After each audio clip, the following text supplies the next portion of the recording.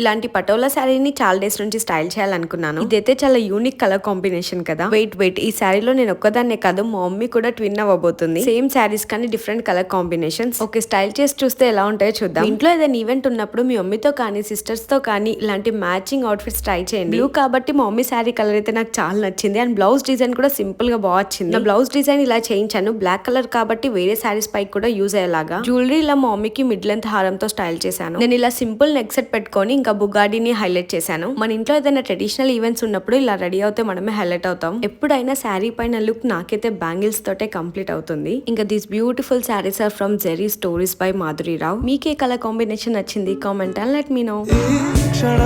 స్వయం వరం ఇవాళ సంవరం